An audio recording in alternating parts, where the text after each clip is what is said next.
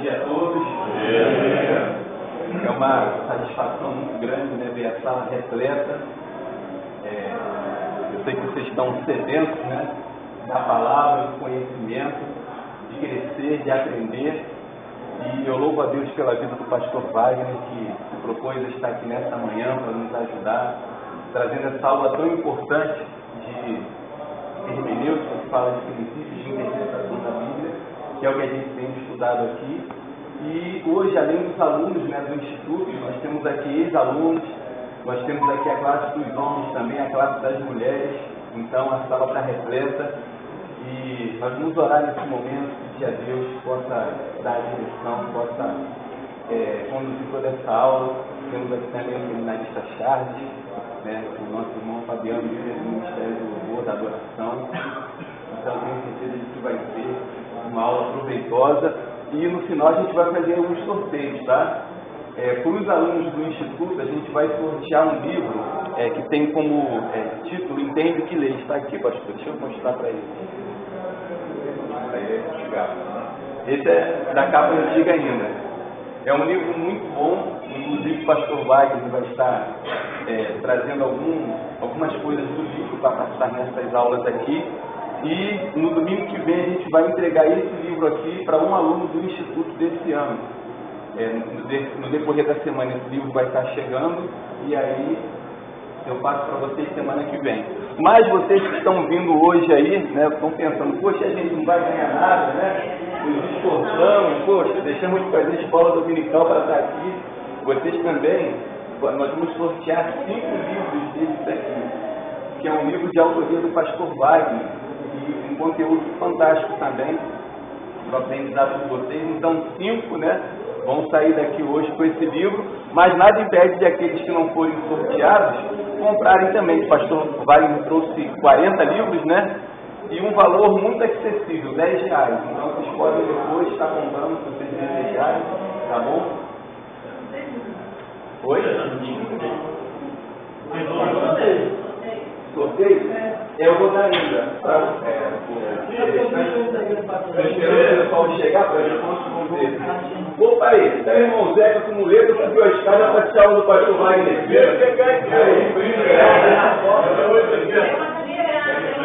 Cadeirinha na frente, está aqui brilhando. Quem senta na frente tem que responder as perguntas. Bota comigo. Bota comigo. E aí eu vou deixar o pastor Wagner para apresentar a estuda dele, que também está aqui. O irmão da Planalto Maranguá, da Igreja Camarão Maranguá, também está aqui, né, acompanhando. E o pastor Wagner Espina é pastor presidente lá da Igreja Batista Planalto Maranguá. Ele vai fazer as apresentações, né, vai falar um pouco dele também. Já foi aqui da nossa igreja, membro fundador. Então está em casa, né, e vocês estão em boas mãos. A minha presença também é aí, pastor. Só porque é pai do pastor e foi Bom dia, meus irmãos. Paz do nosso Senhor e Salvador Jesus Cristo. Para mim é uma alegria e privilégio estar aqui, retornar a essa casa depois de tantos anos. Né? É uma alegria muito grande, visto que alguns rostos conhecidos, né, da minha época, outros que, né, não são da minha época, mas a gente, né, se esbarra por aí, tem alunos do seminário, né, e é uma alegria, né, estar aqui. Eu estou acompanhando a minha esposa, aquela bela jovem que está ali, né, e também aqui do meu irmão, né, queridão, o irmão Rogério Matoso, que está nos acompanhando aqui nessa oportunidade. Meus irmãos, hoje a gente vai poder compartilhar um pouquinho, né, daquilo que a gente, ao longo da nossa caminhada, né, de estudos, nossa caminhada acadêmica, nós temos aprendido, e é um aprendizado que eu considero que para a vida toda, né, um aprendizado que a gente leva para a nossa caminhada cristã, porque a gente vai usar isso tempo todo. E eu digo isso, né, entendendo que vocês são leitores consumados da Bíblia, né? mas eu não leio a Bíblia, então essa aula não é para você. Né? Se você não lê a Bíblia, essa aula não é para você. Mas se você é um estudante da Bíblia, se você é um leitor assíduo da Bíblia, né? Se você é alguém que é comprometido com o estudo das Escrituras, então eu quero dizer que essa aula é para você. Né? E é uma aula que você vai utilizar por toda a sua vida. Tá? Ah, pastor, esse negócio de Deus, isso é coisa do pastor? Não. Isso é coisa para todo cristão. Todo cristão, né, que verdadeiramente comprometido com o estudo das Escrituras precisa aprender minimamente algumas técnicas, né, e a arte da interpretação das Escrituras. Por isso que eu coloquei como título ali, né, Ciência e Arte da Interpretação das Escrituras. Bem, para a gente começar, a gente precisa assim, considerar, né, esse título aí, para a gente caminhar um pouquinho, né, naquilo que a gente vai ver ao longo dos próximos minutos. Né? Quando a gente coloca assim, ciência e arte da interpretação das Escrituras, o que vem na mente de vocês, assim, logo de cara? Eu gostaria da participação de vocês, porque a nossa aula ela tem que ser participativa, tá? Mas de vocês, me perdoe se porventura, né, eu precisasse dar uma tesourada de vez em quando, né? Eu sei que às vezes, né, que a gente pode falar, né, pode participar, mas como o nosso tempo também é um pouco diminuto, aí a gente vai precisar controlar um pouquinho essas participações, ok? Mas eu gosto que vocês participem, né? Perguntem, né? Ah, tem dúvida disso? Levanta a mão e a gente vai, ok? Responder na medida do nosso, né, da nossa capacidade, ok? Mas pensando nesse título, né, Ciência e Arte da Interpretação das Escrituras, o que vem na mente de vocês assim, de repente? Metodologia. Tá, porque metodologia faz parte de quê?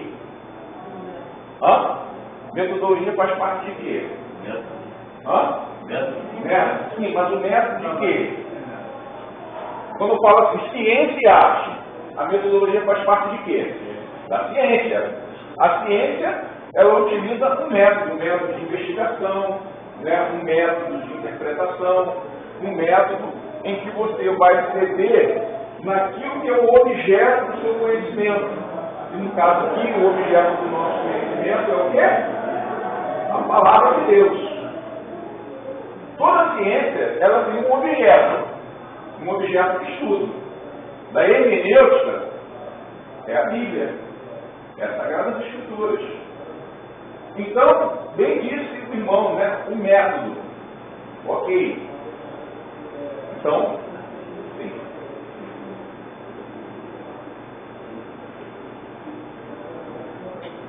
Tá. Então, o pessoal do curso já sabe a hora que a pessoa finaliza também. Só para auxiliar ele, no horário do intervalo, né, para poder ir no banheiro, beber uma água, 10 e 15. Beleza.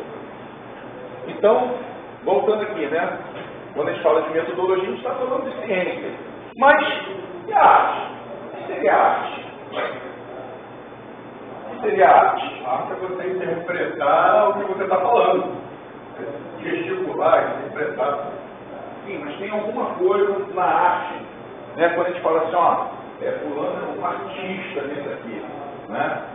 Tem algo, talento,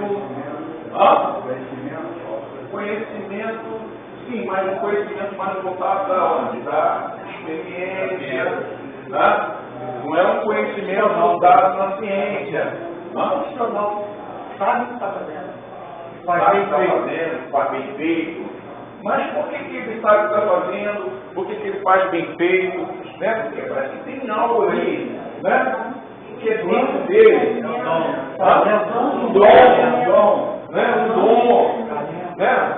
Talento, arte. É o que diferencia, né, um artista.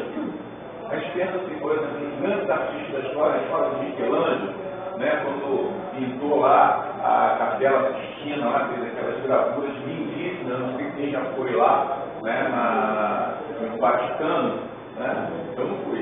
Né, mas a gente vê pela televisão, né, aquelas gravuras, poxa, aquilo ao vivo então deve ser uma maravilha. né? Deve ser belíssimo.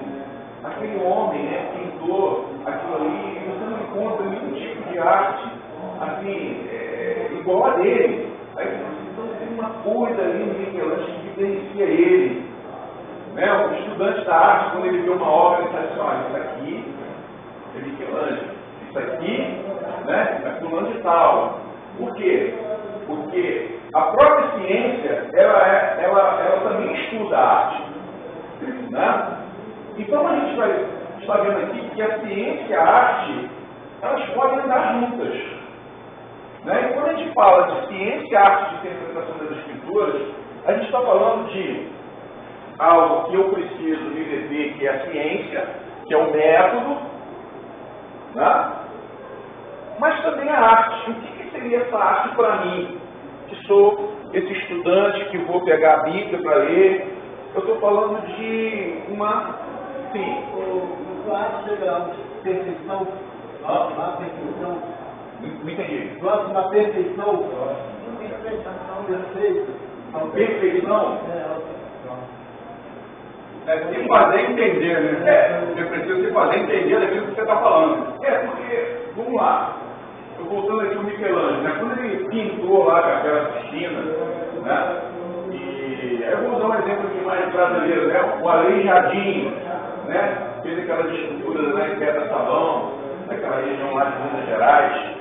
O pessoal admira aquilo. O artista, ele colocou algo dele, né? Colocou algo dele naquela obra. Michelangelo, um pintor, ele colocou algo dele, que é próprio ao sentimento. Né? É sentimento, é a visão de mundo, né? É ele, né? O seu ser, a sua personalidade, o caráter, né? E é o que distingue a obra de um artista. Quando a gente vai para a música, né? Tem artistas, né, que a gente ouve assim, a gente não precisa nem ouvir o camarada cantar, quando a gente ouve as primeiras notas da música, a gente lembra logo de quem é. Né? O tipo de música, eu disse, calma aí, eu nunca ouvi essa música, mas isso parece fulano. Né? Porque tem uma impressão na arte. E essa impressão é a impressão do artista. Então tem algo que vem de fora, que é a ciência, mas tem algo também que vem de dentro.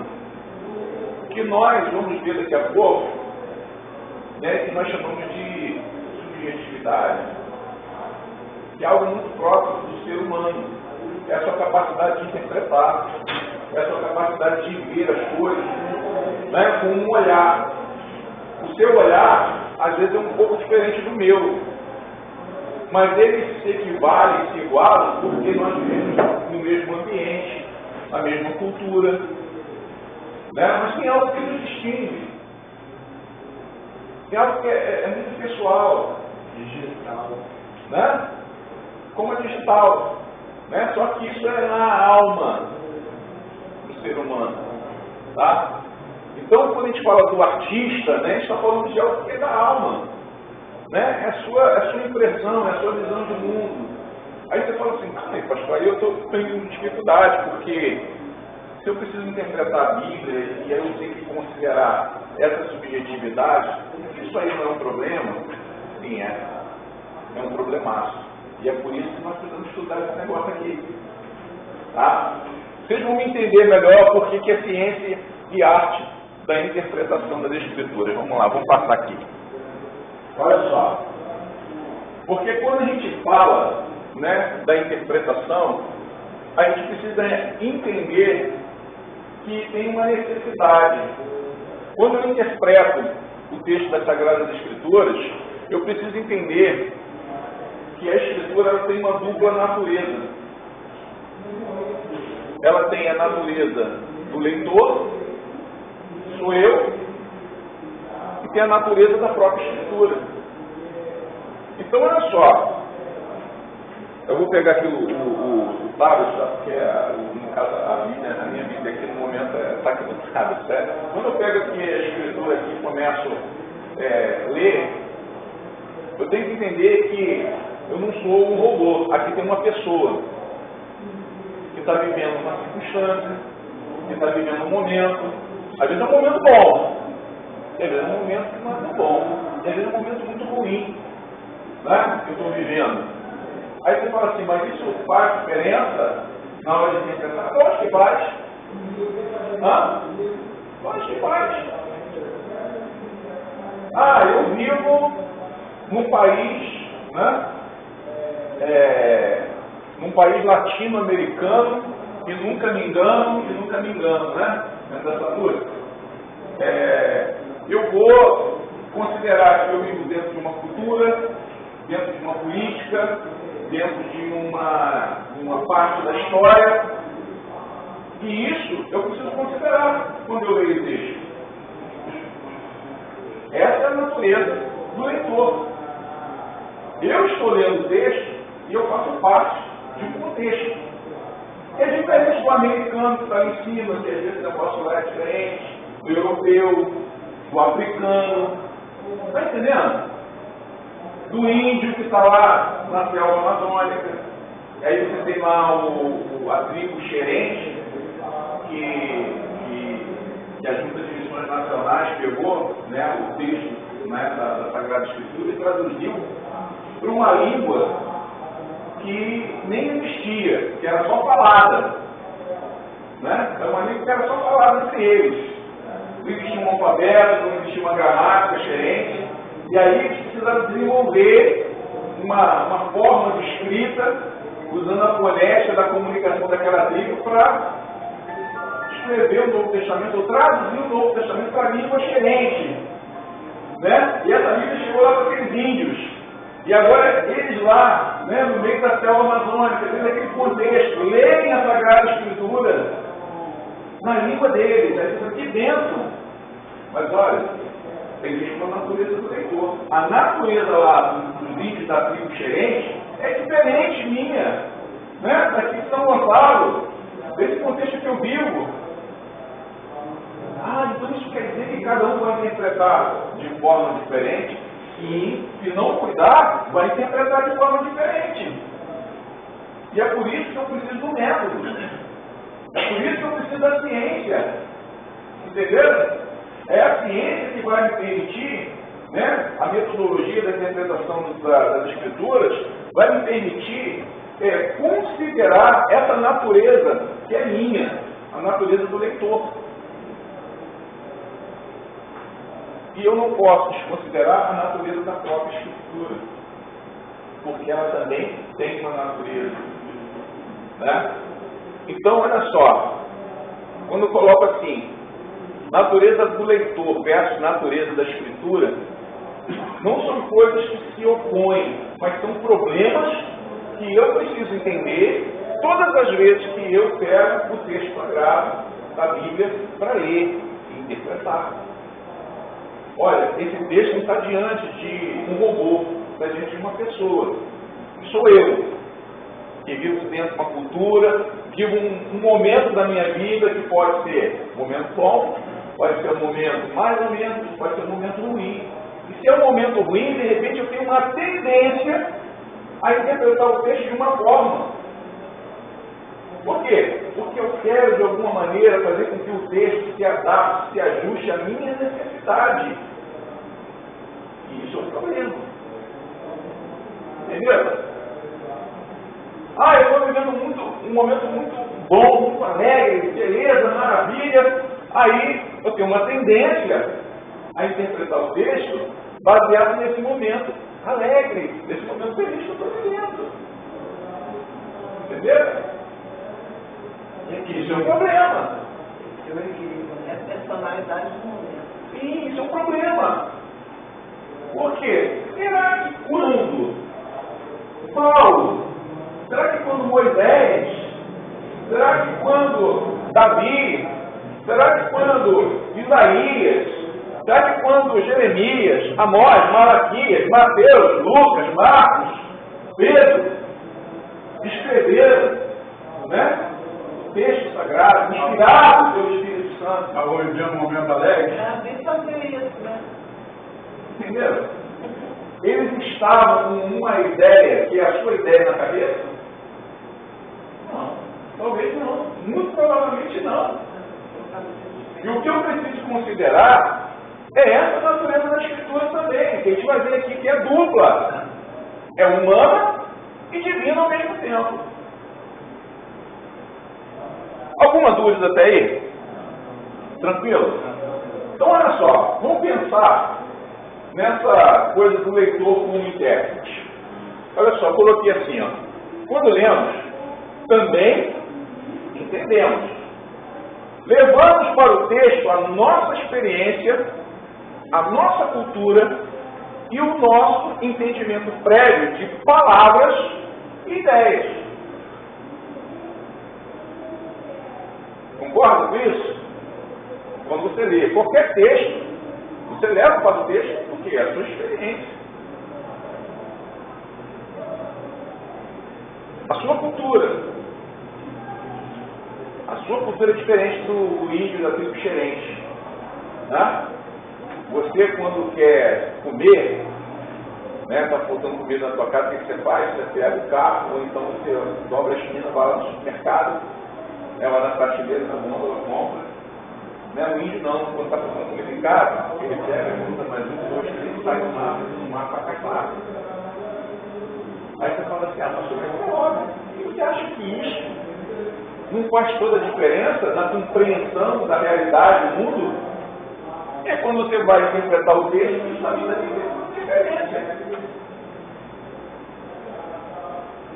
Talvez vocês nunca tenham pensado sobre isso.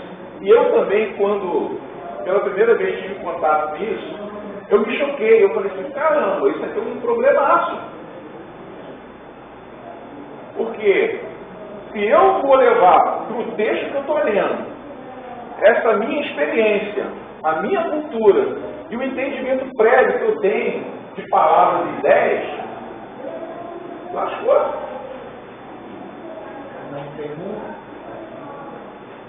Beleza. Vou fazer uma pergunta aqui. Quando eu falo assim a palavra igreja, qual é a imagem que vem na sua mente? Quem falou isso? Tempo. Né? Mas não é. Quando os autores do Novo Testamento colocaram a palavra lá, igreja, não era isso. Até porque nem existia um templo cristão. Existia o templo judeu, existia o templo romano, existia o templo pagão, mas existia um templo cristão. A igreja se reunia onde? Nas casas. Se reunia para o pé de manga. Se reunia nas catacumbas. E ali está a igreja. Mas olha só, eu, nessa cultura ocidental, vivendo num país latino-americano, que nunca me engano, quando ouço a palavra igreja, a imagem que vem na minha mente é o quê? Aquele templozinho, aquela capelinha com aquela cruzinha em cima. E aí quando eu leio o texto, igreja, qual o entendimento prévio de palavras e ideias? Entende que há uma tendência. Eu estou usando aqui uma palavra muito simples, tá, irmãos? Igreja, mas pensa nas outras tantas palavras e ideias que estão contidas no texto da Bíblia, que você tem um entendimento prévio diferente do autor original. É isso que eu falei. Aí, estou vendo gente cortar a cabeça. A mesma cortada de cabeça que eu dei quando eu tive contato com esse negócio, eu falei assim, se eu quiser entender mesmo a Bíblia, eu tenho que estudar. Mas tem que estudar. Sem dúvida alguma. Vou usar aqui uma outra palavra. Palavra cruz. Qual é a imagem que vem na sua mente? Salvação. Salvação? Vocês entenderam, né? Chatinho, ele já se antecipou, não, eu vou responder certo. E a condenação virou salvação. Mas quando a gente fala a palavra cruz, normalmente a imagem que vem na nossa mente é o quê? É uma trave, né, vertical, encimada por uma trave horizontal. É a cruz que nós aprendemos a ver desde pequenininho, pendurada no pescoço das pessoas, né, dos católicos. E aí a gente pensa até naquela imagem, né, do Cristo crucificado ali preso na cruz, né? Aquela que está em cima da igreja, né? Aqui na igreja católica tem cruz, não lembro. Né? Tem? Então, olha só. Mas será que a cruz verdadeira que Jesus foi preso era desse jeito que a gente imagina? Né? Alguns vão falar que é uma estaca de tortura, né? Os cristianos já falam que é estaca de tortura. Tá? Mas muito possivelmente era mais parecido com um T. Né? Era mais parecido com um T. Enfim, eu estou falando só de algumas palavras aqui, né? Que são bem simples, que dão essa ideia. Né? Eu ouço, a imagem que vem na minha mente é uma coisa, mas que o autor original tinha outra coisa em mente. Entendeu? Tem pastor, tem necessidade que é mais fácil o cabelo passar por uma... Dizem que essa é uma outra coisa, né? Em outro país, representar outra coisa, tem uma ideia de uma agulha. Né? Não seria isso a cultura? Nesse livro aqui, o autor, uma capa diferente, tá? Quem vai ganhar aí vai achar, não, o mesmo livro que o pastor mostrou, não, é o mesmo. A capa diferente aqui foi acho que a primeira ou segunda edição. Agora acho que a capa dele é vermelha, não sei, amarela, não lembro. Mas nesse livro aqui, em Tempos Úteis, o autor, ele vai falar sobre essa questão aí, né? O fundo de agulha. Algumas pessoas dizem assim, o fundo da agulha era uma espécie de passagem. Eu não sei quem é do interior aí vai lembrar. Mas eu não esqueço também com a cultura. Tem que ver na nossa mente que é uma agulha. Mas vamos lá. A ideia é, não sei se vocês já viram uma cerca que o pessoal coloca assim, né? É como se fosse o gado não passar. Né? Então o ser humano vem, né? O ser humano anda de pé, ele vem e passa normalmente. Mas o gado não consegue dobrar para passar naquela cerca. Eles chamam aquilo de fundo de agulha. Mas isso não se sustenta. O autor vai dizer o seguinte, ó, por mais que exista essa ideia de que o fundo de agulha é uma porta onde os camelos não passavam para entrar na cidade, lá de Jerusalém, Jesus está falando realmente do fundo de uma agulha. Essa coisa de costura de hoje, né? Antigamente, devia ser uma madeira, né? Não importa, né? Mas o cabelo, com certeza, não tem como passar numa agulha. E Jesus está dizendo que é mais fácil, né? O camelo passar no fundo de uma agulha do que um rico entrar no reino dos céus. Aí você fala assim, então, quem é rico, está ferrado. É isso que Jesus está dizendo? Não. Porque quando você lê o texto na sequência, Jesus falou o quê? Olha, aquilo que para o homem é impossível, para Deus é possível. E aí a gente comete essa palavra de dizer, não era um tipo de porta que o animal não passava, era difícil, não sei o quê. Tinha uma rocha também, uma rocha também que eles passavam, não passava 20 quilômetros. Tem várias ideias, né? Mas eu estou dizendo, não, Jesus está querendo dizer exatamente isso. Camelo, é mais fácil o camelo passar, né? No fundo do agulha do que o rico entrar no reino dos céus. Eu fechava de maneira errada, eu achava que era uma porta dele.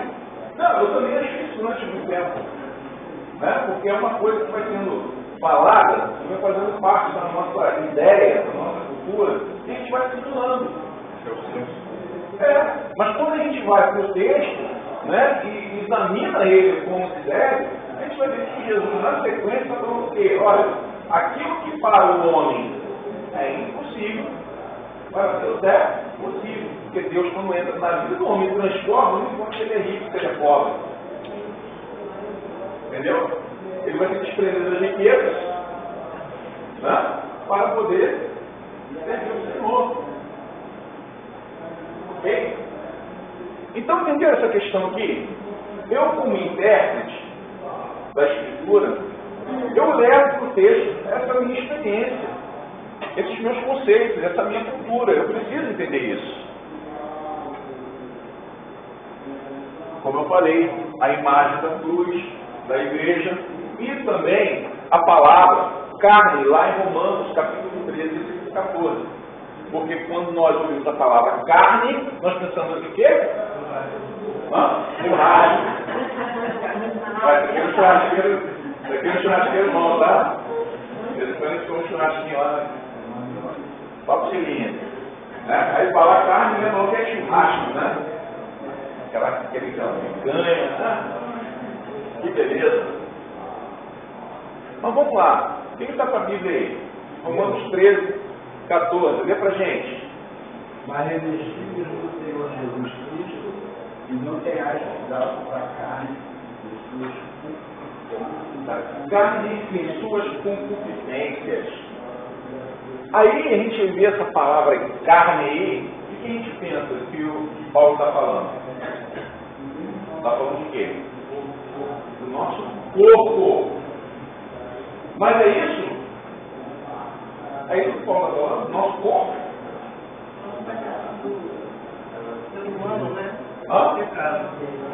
Da nossa natureza pecaminosa. Está entendendo? Mas, como eu vivo nessa cultura, e vejo lá a palavra carne, a imagem que vem, não é corpo. Né? Porque o homem é corpo, alma e espírito. Né? Então, carne é o corpo. O corpo é mal. Aí vem aquela turma lá da antiguidade, da Idade Média, o corpo é mal, todo tem que flagelar, pá! E dá chicotada no meio, né? Porque eu tenho que matar a minha carne. Né? Eu tenho que matar a minha carne. Então, pá, eu meto chicote no ombro. Faço o jejum. Né? Mas não é aquele jejum que você está acostumado a fazer de um dia, não. Não, é jejum de 40 dias e 40 noites. Igual de Jesus. Né?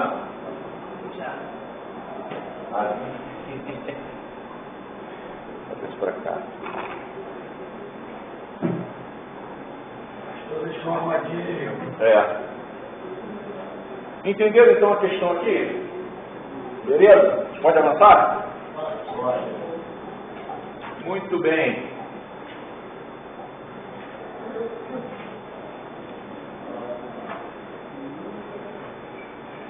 E aí, nós temos essa questão. A tradução da Bíblia para outras línguas também é uma forma de interpretação. Entendeu aí? O que você entendeu?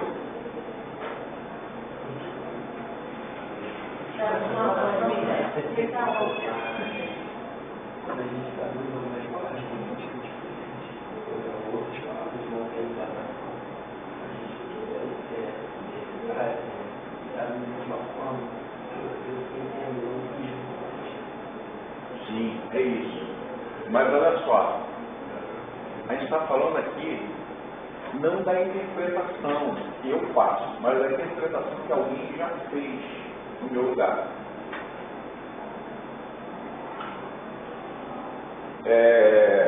Quem criou a Bíblia ainda agora aí? Você entendeu? O irmão, né? Essa Bíblia que você deu aí, Maurício, essa Bíblia que você deu aí, ela está em qual língua? Ela está no hebraico? Está no grego? Não. Ela está em quê? Está em português.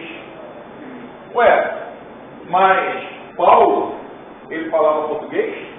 Não. Então essas palavras que você leu aí não são exatamente as palavras de Paulo. Não foi o que ele escreveu. Porque pelo que me consta, ele escreveu em grego koiné. que era a língua falada naquele tempo. Mas você tem uma versão em português. Pastor, você está querendo dizer então que além do problema da interpretação que eu faço, também tem um problema na interpretação que alguém já fez? Tem. Sabe por quê? Porque o padre João Ferreira de Almeida, que foi o tradutor, né? Eu não sei qual é a versão que você tem aí, mas aí a gente tem várias versões. Tem a Bíblia NVI, a gente tem a Bíblia Almeida Revista atualizada, outra Almeida Revista corrigida, né? Mas a maioria começa com Almeida. Quem é Almeida? Né? Almeida é o padre João Ferreira de Almeida, que lá no século XV, né? Traduziu a Bíblia para o português. Ele vivia momento, local, tudo naquela época, a interpretação dele. É isso também. Né? Cara, seu presente está tudo errado, pastor. Não, calma, você não precisa jogar essa Bíblia fora. Vai chegar lá, fica tranquilo, só no teu coração. Aquietai-vos, né? Aquietai-vos. A tradução da Bíblia para outras línguas também é uma forma de interpretação. Por quê? Porque originalmente, né, a Bíblia foi escrita basicamente em 3 idiomas. O hebraico, né, o Antigo Testamento, a maior parte dele, algumas porções do Antigo Testamento escritas em aramaico e o Novo Testamento escrito né, no grego koiné. A gente está falando aí de um livro que na verdade é composto de vários livros escritos por autores diferentes, em épocas diferentes, com culturas diferentes, escrevendo em línguas diferentes. Entende por que você precisa assimilar a ciência? A gente acha que era para interpretar tudo, só Deus. Mas Deus está em você. Que é o Espírito Santo. Amém? Amém. Amém ou amém? Existe algum consenso sobre qual dessas gerações é o mais Reformado. Tem. Porque hoje em dia está se falando muito de novas traduções que estão excluindo o versículo. Isso para poder não chocar determinados grupos. São grupos tendenciosos que querem se auto-aceitar diante da situação que a Bíblia é claramente condenada. Eu gostaria muito de falar desse assunto. Mas eu acredito que esse assunto vai um pouco a outra aula, porque é muito denso. Né? Nós ficaremos aqui tranquilamente para falar disso aí umas 2 aulas dela. Tem assunto para manga. É um assunto que eu gosto. Então, assim, se eu começar a falar aqui, a gente vai falar mais de Deus. Tá bom? Mas o que o nome do irmão é? Sérgio. O irmão Sérgio falou, é uma preocupação também. Né? São as versões que nós temos. E aí, perguntou, será que tem uma versão que é? Tem. Né? Tem. E assim, a gente tem como mostrar isso através desses estudos. Né? Esse autor aqui, se não me falha a memória, em um dos capítulos ele vai tratar disso. Ele vai falar sobre as principais versões na língua portuguesa, né? E aquela que está mais dentro do... Mas isso não significa que não tenhamos algum problema. Tá? Não significa que não tenhamos algum problema com essa tradução também. Muito bem. Quando eu penso, então, que a tradução da Bíblia para outras línguas é também uma forma de interpretação, porque eu, como intérprete, preciso entender que alguém antes de mim já interpretou o texto. Isso por si só não é um problema. Né? Alguém, quando leu, né, a versão lá no grego, interpretou, para o português, levou o seu entendimento prévio de palavras, de ideias, a sua cultura, como o irmão lá comentou. A época que foi traduzida A época que foi traduzida? sim, hoje se pensa de uma maneira totalmente diferente das coisas. Claro, mas é o que o irmão Sérgio falou aqui. Hoje, a preocupação de muita gente é não ter determinados grupos. Aí, essa palavra aqui é muito grosseira, trocar por uma palavra mais suave. Mas aí você vai se afastando cada vez mais do que é original.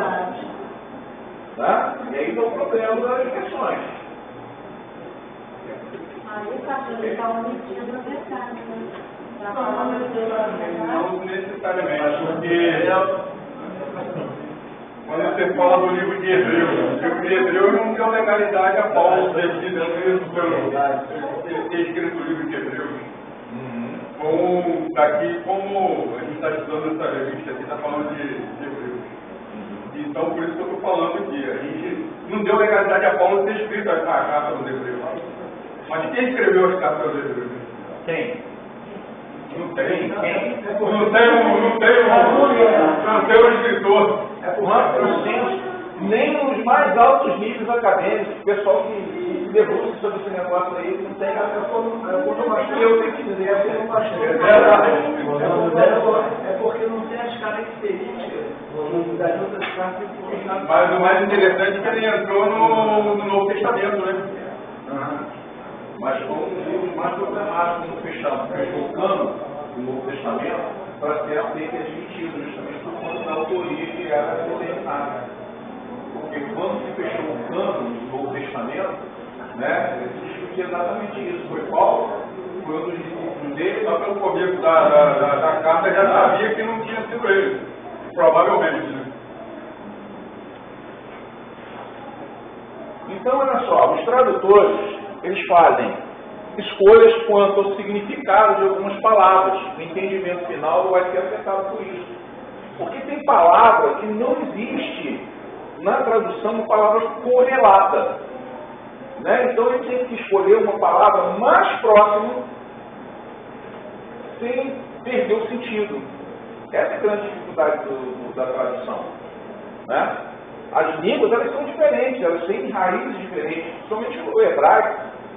Né? O grego nem tanto, mas o hebraico, por exemplo, ele é bem diferente. Né? As línguas semitas, eles são muito diferentes das línguas latinas, por exemplo. Né? O português é uma língua de origem latina. Então, é a dificuldade. Não tem palavra correlata. Né? E aí você precisa achar uma que se encaixe e não permita alterar o sentido da frase.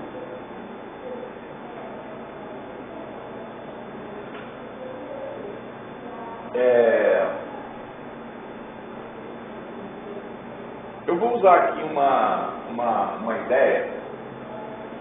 Talvez alguns de vocês aqui já ouviram falar isso. Acho que é uma professora de inglês aqui, né? Minha esposa. Por exemplo, no português eles falam a palavra assim, saudade. Estou com saudade. Né? Você sabe muito bem o que eu estou falando. Mas se o inglês fosse traduzir essa palavra, né, saudade, para o inglês, não teria uma palavra correlata. Não existe. Hã? É o verbo. É verbo. É um verbo, não é substantivo. Saudade é um substantivo, né? Mas em inglês é verbo chinês, que é sentir falta. Seria quando você pega a palavra por palavra, não encaixa. Né? Existe só uma palavra, agora você vê, mas é saudade de casa, homesick. Você dá uma saudade do lar, né? Da casa, você está distante, longe do país, aí está com saudade do Brasil, né? Aí feel home, né? É a única, mas saudade de alguém, né? Imagina né, quantas palavras, como essa que a gente está citando como exemplo, tem essa diferença da língua, né, do hebraico, do grego para o português. Certo? E dependendo da versão da Bíblia que você utiliza, a dificuldade é maior ainda. Porque se for uma Bíblia que tem origem na Vulgata Latina, então a tradução é a tradução. Porque, vamos lembrar um pouquinho da história, né? A igreja, né? Lá no seu nascedor, o pessoal falava o grego, o aramaico. Jesus falava, né, em aramaico, mas quando os autores do Novo Testamento escreveram as palavras de Jesus, escreveram no grego koiné. Okay? Então, essa era a língua, né, da escrita do Novo Testamento. E aí tinha o hebraico, enfim, do Antigo Testamento que seguia, né? Foi seguindo a história. Quando chegou lá na frente, alguém chegou e disse assim, não, a gente precisa traduzir essas escrituras para o latim. Porque o latim era a língua oficial do Império Romano. E o Império Romano, a partir de Constantino, fez com que o cristianismo fosse a religião oficial do Estado. Né? Vamos criar uma tradução, né, da Bíblia para a nossa língua. Aí traduziu, né, o texto para o latim e aí surgiu a Vulgata Latina de Jerônimo. A gente está falando já lá na Idade Média. Quando, por ocasião da reforma, Lutero, Calvino, essa turma, né, começou a fazer um movimento reformador, eles pensavam da mesma maneira. Vamos traduzir a Bíblia para a nossa língua pátria. Lutero foi o primeiro, pegou, aliás, John Wycliffe, né, na Inglaterra, traduziu a Bíblia para o inglês. Depois Lutero, na reforma, Wycliffe é um pré-reformador, Lutero, na reforma, vou traduzir a Bíblia para o alemão. Qual foi a versão que ele utilizou? Uma chance. O inglês. Não. A Vulgata Latina de Jerônimo. Então, Lutero traduziu para o alemão o texto, né, da Bíblia, já tinha sido traduzido. Tradução é tradução. Então, o problema que já existia foi multiplicado por 2. Entenderam? Hoje é multiplicado por quantos? Multiplicado por 2. Não é multiplicado por 2. Eu tenho um problema porque hoje as nossas versões elas já são traduzidas direto do grego e do hebraico. A Vulgata Latina, né, ficou para trás. Tá? Mas então, os tradutores, eles fazem escolhas quanto ao significado das palavras, né? E óbvio que isso vai alterar o sentido, muitas vezes, do texto. Leitor como intérprete. O intérprete, né, do texto também foi um leitor. Jerônimo, quando traduziu, né, para o latim, um leitor. Tinha as suas peculiaridades, do seu tempo, da sua cultura, da sua fé, do seu momento. Tá? Às vezes ele estava lembrado lá. As limitações que eu tinha.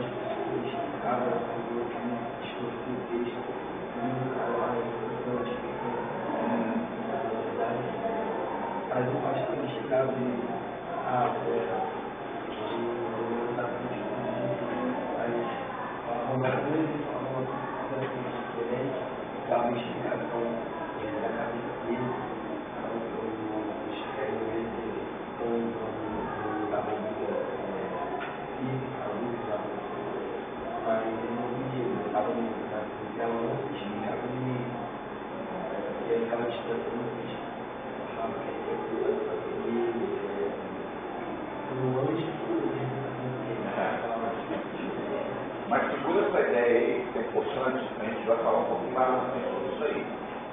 Tá? Vamos lá. Então, olha só. A interpretação é influenciada pelo que acontece ao nosso redor. Nós já comentamos isso aí. Significados claros, né? Igual diversas denominações. É isso que vocês entendem. Por que tem tanta denominação? Por que tem tanta doutrina? Por que tem tanta, né, heresia por aí? Né? Esses grupos aí chamados cristãos, né, que diz que Jesus não era Deus, né, que morreu numa estaca de tortura, né, que mais? Do outro lado vai dizer que não, todos nós somos deuses, né? Ou que Jesus, né, não era humano, era só divino, porque ele não podia ser humano e divino ao mesmo tempo. Por que existe tanta heresia? Né? Agora fica claro para a gente, porque ao longo do tempo, né, um monte de gaiato, um monte de gente aí, né, querendo obter a verdade da Escritura, colocou esses significados claros. É por isso que coloca aqui entre aspas. Não, está claro que o texto está dizendo isso. Mas aí desconsidera o contexto, né, da palavra, o contexto histórico, o contexto literário. Uma coisa que a gente vai ver daqui a pouquinho. Tranquilo aí? Podemos caminhar? Alguns significados para deles, né? Arianismo, testemunho de Jeová, mormon, etc. Aí cada um vai dar o seu significado, né? Vai interpretar à luz da sua compreensão, da sua cultura, do seu entendimento. Quase que eu segurei aqui quando eu falo vamos caminhar, ele vai andando. Agora vem comigo. Então, o antídoto à má interpretação é a interpretação baseada no bom senso. Concorda? Que é o que está faltando para muita gente. Bom senso. Tem levado muitos a seguir. Tá? Ah, não, o pastor falou. Está valendo. Tá? Ah, foi o Sinédrio que falou. Estou dentro. Foi o Papa que falou. Estou dentro. Mas se o Papa estiver errado, se o apóstolo estiver errado, se o pastor estiver errado, você vai baixar dele também? Por isso a gente estuda. Por isso que o leitor, o estudante da Bíblia, meu irmão, ele não vai se emprenhar com maluquice. Ele não vai se enfurnar em doideira. Né? Por quê? Porque ele olha para o texto e diz, não, esse negócio que o pastor falou aí. Está cheirando bem. Não está cheirando bem. Está cheirando a latinha. Mas vou investigar melhor esse negócio. Né? Aí você já sabe, né, que estudou na escola aqui, né? Veio na aula, lembrou, esse negócio aí, vou mudar aí, agora tem que ter mais atenção. Certo? A interpretação baseada no bom senso. Né? A ideia do bom senso é você olhar para alguma coisa e dizer assim, opa, não foi assim que eu aprendi, não. Né? Vou procurar saber melhor esse negócio, ver se procede. E aí, a gente vai agora pensar, a gente pensou até agora no problema do leitor, né? do intérprete. Agora a gente vai pensar um pouquinho no problema da Escritura. A Escritura tem problema? Tem. Né? É um bom problema. É o problema, né? Quando a gente fala de problema, não é erro. O problema é uma questão que nós precisamos responder. Certo? a dificuldade. A Escritura tem a sua dificuldade. A Escritura não é uma coisa qualquer. Por quê? Porque ela tem uma dupla natureza. Ela tem uma natureza humana e divina ao mesmo tempo. Por que ela é divina? Por que a Escritura tem essa natureza divina? Porque é inspirada por Deus. Mas por que ela também é humana, ou tem essa natureza humana? Porque ela foi escrita pelo homem. Aí você vai ver alguém falando assim, esse negócio de vida, isso é furado. Isso é crer esse negócio de Bíblia. Você foi escrito por um monte de homem aí. Não é isso que a turma aí fora fala? Você crê nesse livro que estava preta? Você é doido? Você é escrito por homem. Quer dizer o quê? Está certo. Mas, contudo, todavia, entretanto, inspirado por Deus. Assim com a autoria direta ou indireta de homens de Deus. E fala pessoas que tiveram contato direto com Deus, cuja história comprova isso. Tem. Tem nada errado aí. A própria palavra, pastor, por exemplo, a própria palavra nos instrui que um uma vírgula não pode faltar, nem a menos ou mais.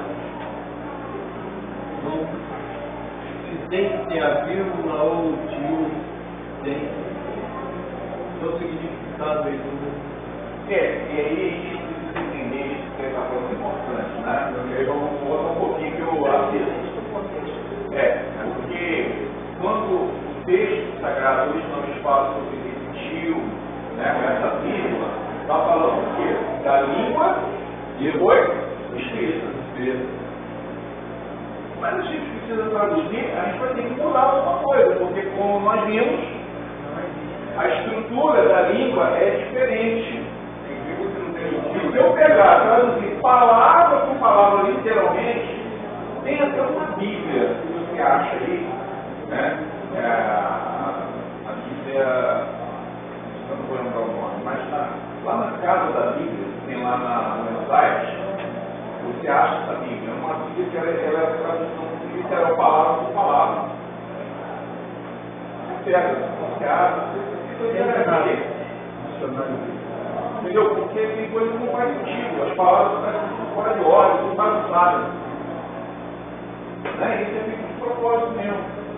Para o estudante entender na tradução qual é a dificuldade. Né? E ler o texto conforme, né, aparece na tradução. Então, para ficar legível, bem compreensível para a nossa língua, essa vírgula, esse tio, vai ter que ser suprimido ou acrescentado, não tem jeito. Tá? E isso não é o nosso problema.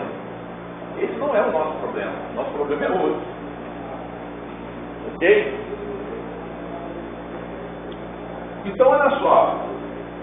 George Eldon Ladd, um importante teólogo, né, do século passado, e as obras dele são obras assim fantásticas. Eu ia até trazer um livro dele, mas tinha muito livro para trazer, depois a gente pode compartilhar. Ele vai dizer o seguinte: a Bíblia é a palavra de Deus dada nas palavras de pessoas na história. Nessa definição, nós encontramos essa natureza dupla da Escritura. Então, assim, se tem uma definição legal para essa natureza dupla da Bíblia Sagrada, é essa palavra do Led. Né? A Bíblia é a palavra de Deus dada nas palavras de pessoas na história. Coisa interessante. a gente pode pegar essa frase aqui e entender todo esse problema que a gente está trabalhando até então. A natureza dupla da Escritura exige que eu considere a inspiração divina, mas não desconsidere o problema que existe nessa escrita, né? Porque Deus usou cada pessoa, Paulo, Jeremias, Moisés, Amós, Malaquias, né? Pedro, cada um desses autores sagrados usou na história, em tempos diferentes, para se revelar ao homem. E uma pergunta que eu faço aqui: quando você acha que aconteceu essa inspiração divina, o que Deus fez? Pegou Paulo,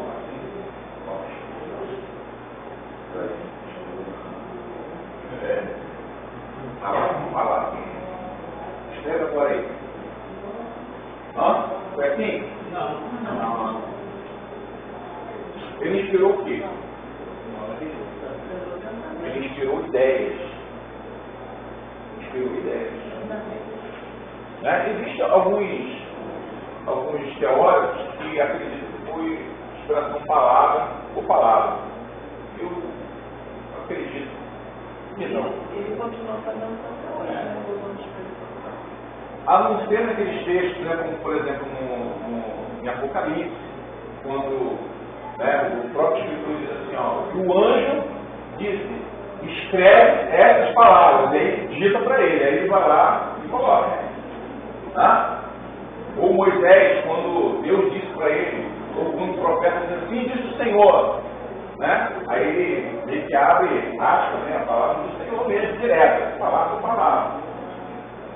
Mas a história, né, cada situação, cada fato colocado ali na sua ordem, na sua sequência, foi, né, essa capacidade do próprio escritor, inspirado com as ideias do que colocar no texto. Pastor, quando se trata de amor, Lucas, Mateus, vocês estudaram com Jesus, vai fazer aquelas narrativas, algumas palavras que você devia colocar, uma narrativa numa pista. Ao dia eu vejo, ninguém, vocês verem que vai vir na mão. Vocês estiveram mais próximos. O Cleber está falando aqui uma coisa interessante. Quando a gente pega e faz a harmonia dos evangelhos, a gente pega os 4 evangelhos, né? Aí você vê como eles contam a mesma história de forma diferente. Aí você fala assim, qual que está certo? Mateus, Marcos e João, qual que está certo? Qual que acertou de verdade essa história? Tem um que vai omitir uma passagem, um milagre de Jesus. Esse está com problema? Tem um que conta numa sequência diferente. Parece que ele vai lá na frente e depois volta. Esse está errado? Não, irmão. É a natureza dupla da Escritura. Cada autor, inspirado, né, pelo Espírito Santo, colocou ali, né, as ideias inspiradas na sua língua, né, com o seu entendimento e motivado por uma ocasião e um propósito. É importante que todos o Senhor está aqui na nossa frente, o caminho, o Senhor está à minha direita. Para eles, o Senhor está à esquerda deles. Cada um vai dizer a mesma coisa. E o Senhor da inspiração também, né? Tem a certeza da inspiração divina, e Isaías aponta para isso, está correndo. Então, São públicos diferentes. Isaías 54 fala da vinda do Messias, né? Aí o Messias, de fato, vem, então, vamos duvidar da inspiração. São profecias que homem nenhum podia ter na sua cabeça, Pedro escreveu para o grego, Marcos já escreveu para o judeu, e vai assim, né? E aí, por sua relevância eterna, a Bíblia fala para todo homem, em todo tempo, em toda cultura. É essa natureza, né, divina, é o que nós conseguimos observar dessa natureza divina na Escritura, a sua relevância. Né? Ela falava, por exemplo, para o italiano, né, para o suíço, para o alemão, para o inglês, né, para o americano, para o africano, o brasileiro, em tempos diferentes, culturas diferentes, ela é relevante. Você pode ter um versículo de pecado do jeito, como eu já vi pastores pregarem nesse versículo, né? Mas nesse contexto nós somos diferentes. ênfase diferente. Tá? Não pode ser diferente, porque senão vai ter problema, né? São ênfases diferentes. E isso é maravilhoso. A gente pega um texto, né, e ele fala um jeito para gente uma hora, outro jeito, uma outra hora. É um momento que quem está levando a palavra está passando também. Sim. Deus escolheu falar através de pessoas na história. Isso é importante.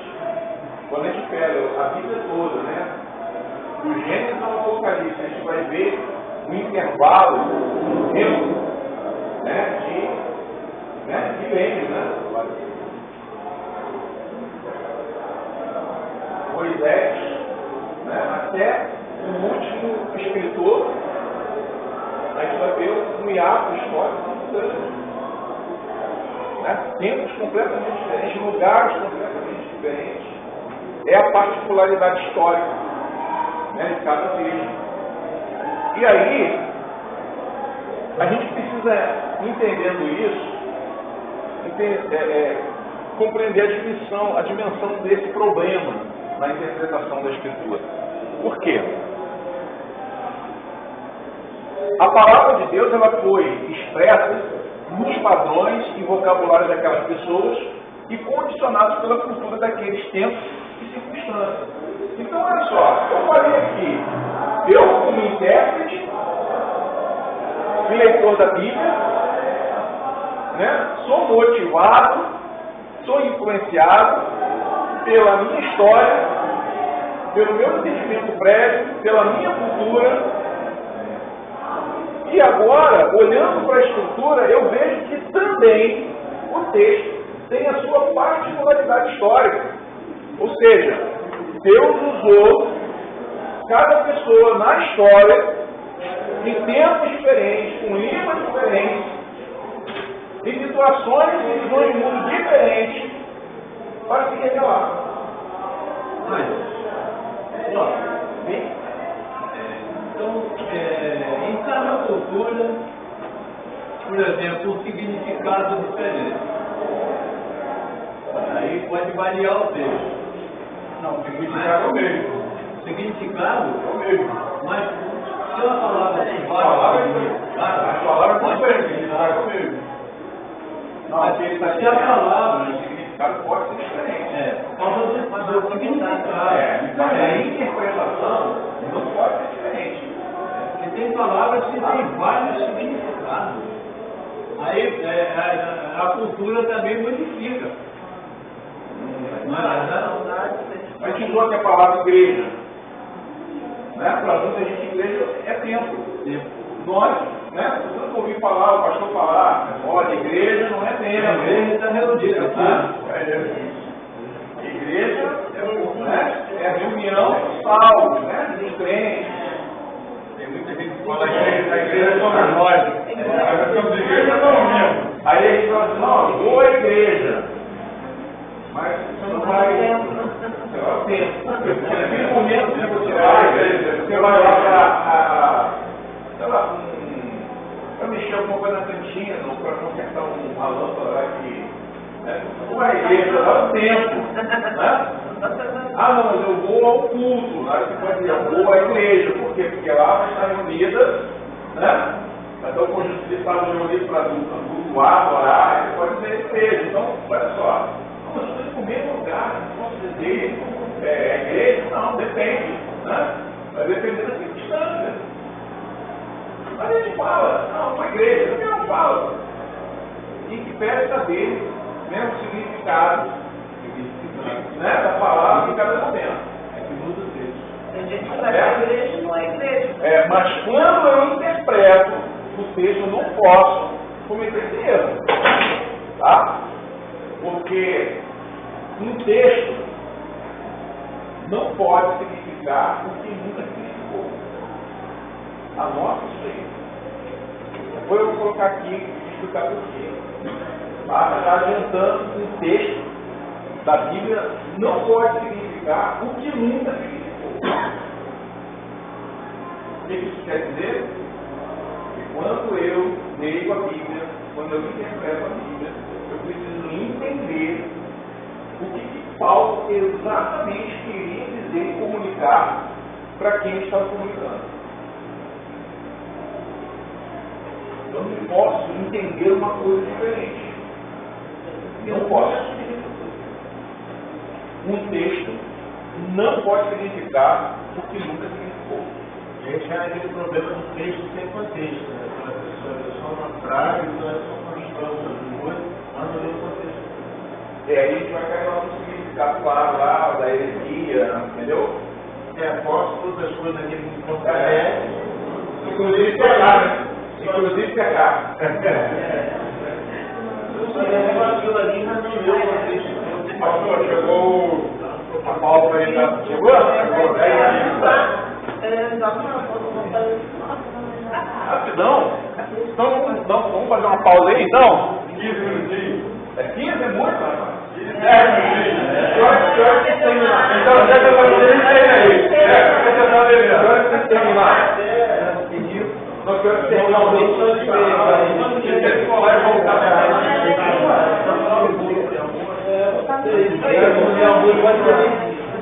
Essa parte boa, hein?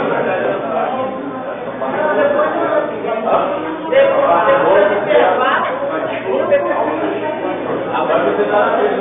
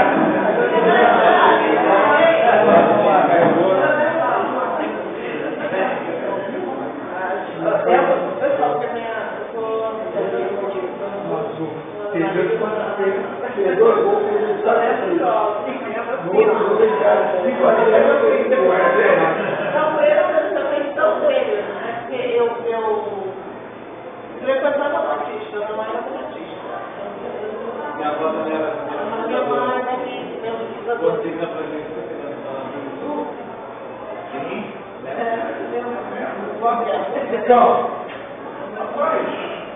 pastor,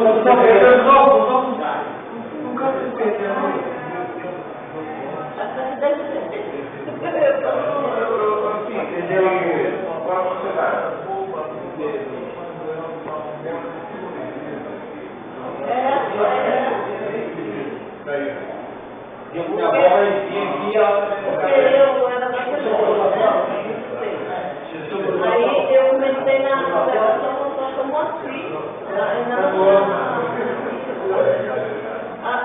Começou a comer ali. A casa da gente. Você vai estar mesmo memorizar, aí depois vamos assim, vai lá, aí depois vamos assim, depois foi na escola, aí eu acabei da Assembleia, aí eu fui também mais como aqui a igreja pertinho, uma trazinha, aí eles começaram a negócio de baixar, eu deixei de fazer, a gente deixa de beber.